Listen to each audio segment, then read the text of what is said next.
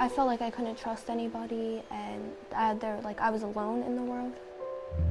Because there are often days where I don't know why I'm upset. I'm just upset.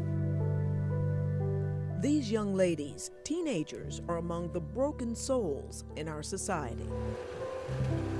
I used to hold it in until the point to where I would blow up and I would break things or harm myself.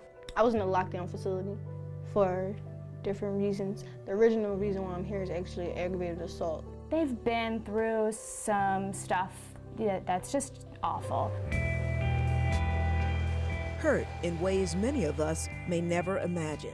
They've experienced some form of abuse, whether it's emotional abuse, sexual, physical, neglect, and oftentimes repeatedly. Angry at a world where they don't seem to fit in. What are you angry about? Peers, the fact that I'm here, different things. The Village is where girls 13 to 18 years old are drawing it all out. This is the darkness and depression and sadness. And there's a black barricade around it, blocking out the happier colors. That barricade is our mind and our thoughts that keeps us from being happy. Now, she says, her dark circle of sorrow is shrinking, giving way to brightness and light. Every day it just gets smaller and smaller. Okay, until it'll be gone. Hopefully.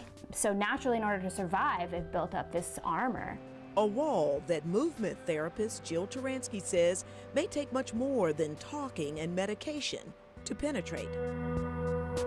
We really get a glimpse into their perspective, kind of how they see the world. Yes, it kind of just describes how I feel at nighttime, more so than more in the day. This high school sophomore explains how her artwork shows the effect of more hurtful relationships than happy ones. This here is a broken heart. It describes how I feel in relationships, not just with family, but with friends, others. This shows me and kind of isolating more than anything else. And these are the feelings, these lines. The black represents death. I think about death a lot. I'm not sure why. I don't know. I don't know. It's I'll be on the phone with my mom, and I'll be like, okay, I love you, don't die. It's not all despair. These shooting stars, I want to say they show hope. This is our sanctuary space. It's sort of a space where people can come and reflect. They're finding hope through all kinds of creative, some might call alternative activities, all paid for by private donors. Learning to interact appropriately and learning to trust each other in a group. This is a finger labyrinth that the girls have created. You just simply take your finger and trace along the pathway, and it represents a journey. Not every girl makes a complete or major turnaround while they're here. The Village has been all girls now for 4 years, making for less distraction and much better, faster, long-term healing, they say. You're very proud of them. Very proud of them and very proud of the work we're able to do with them. We're doing really vital work here for some of the most disadvantaged and challenged kids in our community. Director Jory Barrett says most are referred through social services or family court. It feels really good to be in an environment like this. Praising the judge who she says sent her here. I'm glad that she's taking note in my mental health instead of my behavioral health, because I think being here helps both.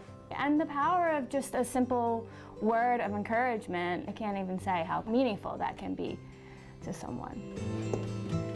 It's plastered all over the walls and ceilings. Legacy tiles, artwork left behind by the girls who complete their treatment, messages for girls coming after them. That there's always hope no matter what you go through, and things do get better no matter how long it takes. Can't put a price on that. Joyce Evans, It is priceless. Fox 29 News.